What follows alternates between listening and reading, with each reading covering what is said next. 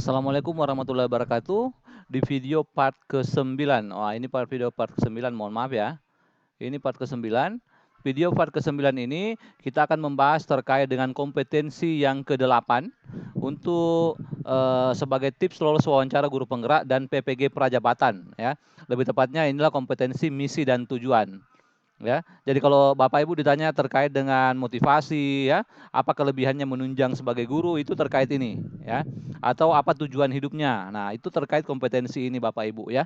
Tapi bagi teman-teman yang sedang menonton video part ke-9 ini artinya teman-teman melewatkan atau belum menonton mungkin part 1 sampai 8.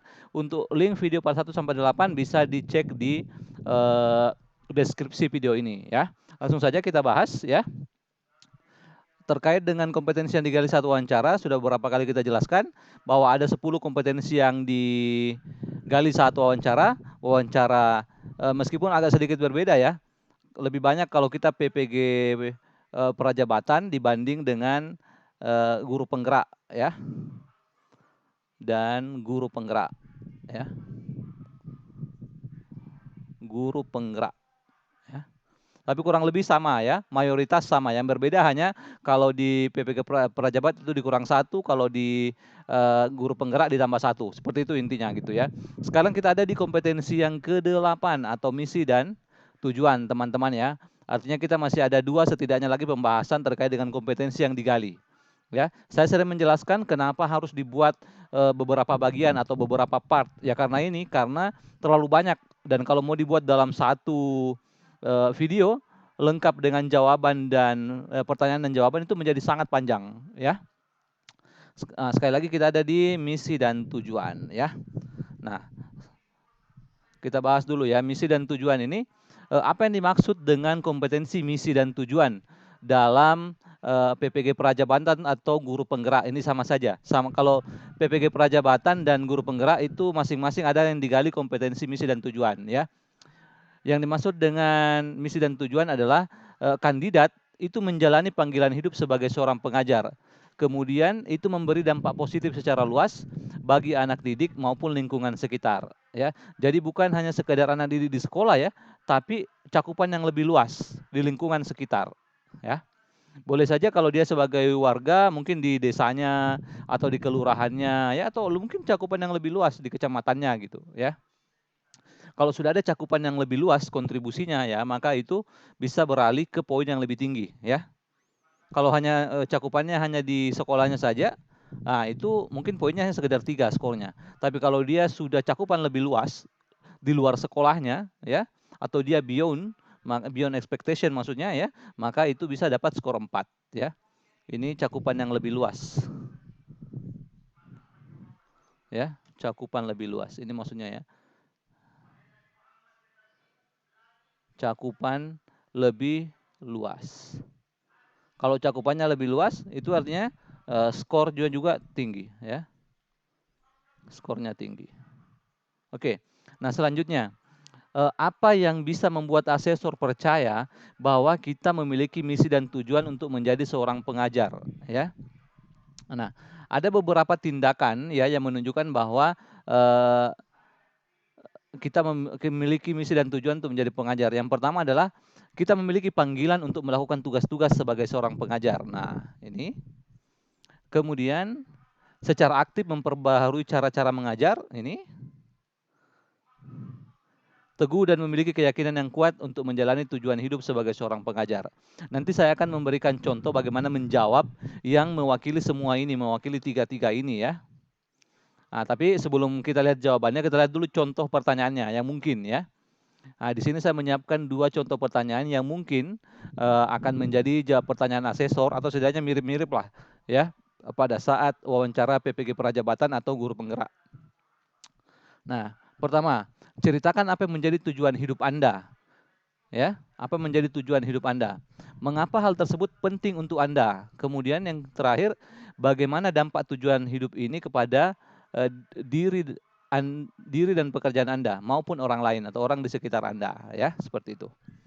Itu pertanyaan pertama. Contoh pertanyaan kedua, situasi yang sulit dapat menekan, terkadang membuat kita melupakan tujuan kita. Ceritakan pengalaman Anda saat menghadapi situasi sulit tersebut.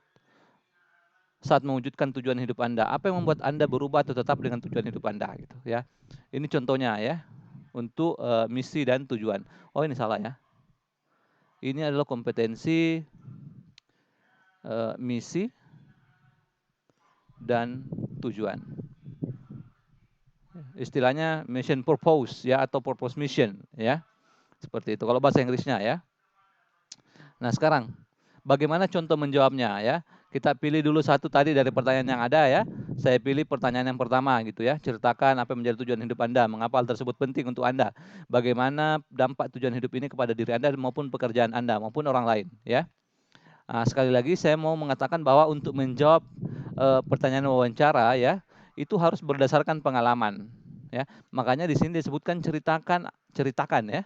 Ceritakan. Kalau ceritakan itu artinya apa yang sudah terjadi, pengalaman. Tapi harus pengalaman Anda, bukan pengalaman orang lain, bukan juga teori. Ya, seperti itu. Ini saya coba merangkum dan membuatkan contoh jawaban yang mungkin ya. Ini agak cukup panjang ya. Misalkan ya, tujuan hidup saya adalah menjadi seorang pengajar. Mengapa hal ini penting bagi saya? Karena saya termotivasi dulu oleh guru matematika saya pada saat saya SMA gitu. Beliau sangat bagus dalam mengajar ya, sayang dan peduli kepada peserta atau kepada siswa ya.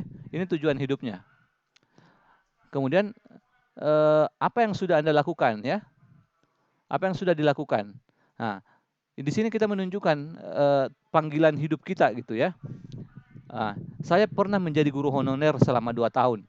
Meski gajinya kecil, tapi saya tetap bertahan walaupun sebenarnya ada juga peluang untuk saya mencari pekerjaan lain menjadi seorang guru. Nah, ini sampai di sini sebenarnya ini hanya tujuan gitu. Belum menunjukkan bahwa ada panggilan jiwa, ya. Belum ada bukti bahwa kita sudah menetapkan diri menjadi seorang pengajar. Nah, di sini di kalimat kedua ini, di kalimat kedua ini ya, yang saya merah ini, itu di sini tergambar jelas tujuan hidup kita yang menetapkan diri sebagai seorang pengajar, ya. Di mana itu bisa dilihat? Nah, di sini dia katakan ada peluang untuk mencari pekerjaan lain selain menjadi guru, tapi tidak diambil ya, karena dia sudah menetapkan diri menjadi seorang guru gitu ya. Nah, selain sudah menjadi guru honorer tadi, saya juga kadang memberikan pelajaran tambahan di luar jam mengajar saya jika ada siswa yang membutuhkan atau nilainya masih rendah ya. Saya juga aktif belajar hal-hal baru. Nah, ini kan tadi selalu memperbarui cara-cara mengajar ya, terkait model, metode, dan strategi pembelajaran. Dampaknya bagi hidup saya merasa bahwa tujuan hidup saya telah tercapai setelah saya menjadi guru. Meski saya ingin mengabdi dalam ranah yang lebih luas, ya. Itu mengapa saya mendaftar menjadi guru penggerak atau mendaftar PPG Prajabatan, ya. Ini contohnya. Ini sudah sangat klop. Kalau teman-teman punya pengalaman lain yang mungkin lebih luas cakupannya itu lebih bagus, ya. Di luar dari sekolah. Misalkan saya pernah mendaftar dan lulus menjadi guru pembimbing Olimpiade Matematika misalkan, ya, tingkat kabupaten. Nah, itu bisa cakupan lebih luas tuh, ya. Apalagi kalau misalkan pada saat itu tidak digaji atau gajinya kecil gitu. Ya, seperti itu bisa membuat tapi sekali lagi jangan mengarang dan jangan berteori ya, karena asesor akan tahu ya. Baik, demikian video part ke-9 atau kompetensi ke-8 untuk tips wawancara PPG Prajabatan dan guru penggerak. Semoga video ini bermanfaat. Terima kasih banyak atas perhatiannya. Assalamualaikum warahmatullahi wabarakatuh.